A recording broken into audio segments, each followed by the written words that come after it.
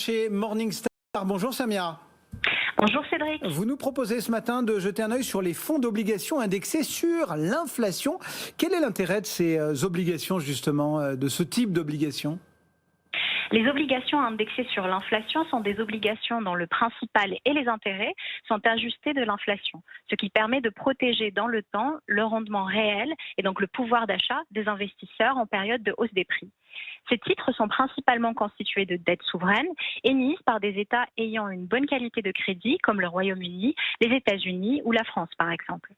Avec la multiplication des plans de relance budgétaire et monétaire après la crise de la Covid-19, cette classe d'actifs connaît un regain d'intérêt de la part des investisseurs, car ils y voient une façon de se protéger ou de tirer profit de la hausse de l'inflation que de tels programmes pourraient entraîner.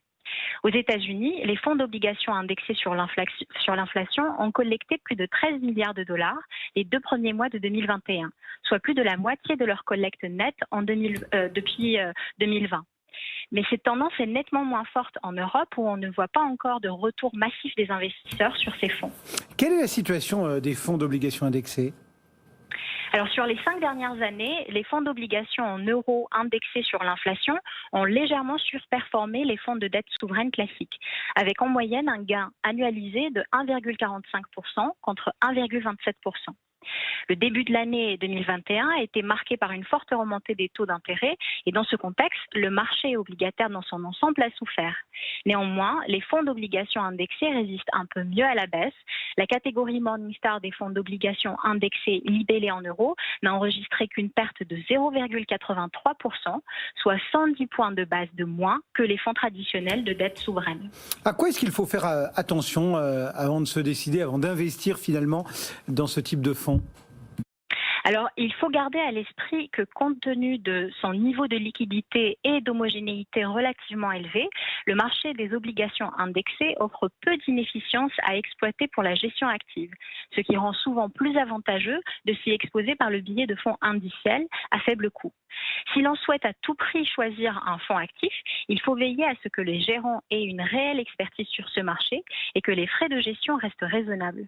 Attention aussi aux éventuels risques cachés, car certains fonds actifs peuvent avoir une gestion aventureuse de la duration ou de forts biais vers certains pays comme l'Italie, par exemple, qui a un gros émetteur de dettes indexées sur l'inflation. Est-ce que, chaque fois que vous venez nous rendre visite le vendredi, vous avez dans votre besace quelques idées de fonds que vous avez puisées dans vos bases ? Justement, quels sont les fonds de ce type que vous nous recommanderiez ? Alors, pour commencer, on peut citer le fonds Lyxor Euro Government Inflation Linked Bond ETF qui reçoit la note Silver. C'est à la fois l'un des fonds les moins chers et les plus performants de sa catégorie Morningstar. Avec seulement 9 points de base de frais, le fonds a pu se hisser dans le premier quartile de sa catégorie depuis son lancement en novembre 2017. On peut également mentionner un autre fonds indiciel, le iShares Euro Inflation Linked Government Bond ETF, qui obtient la note de Silver de la part de nos analystes.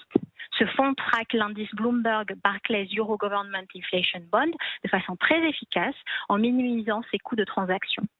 Enfin, si on se tourne du côté des fonds investis à l'international, on peut évoquer le fonds PIMCO GIS Global Real Return.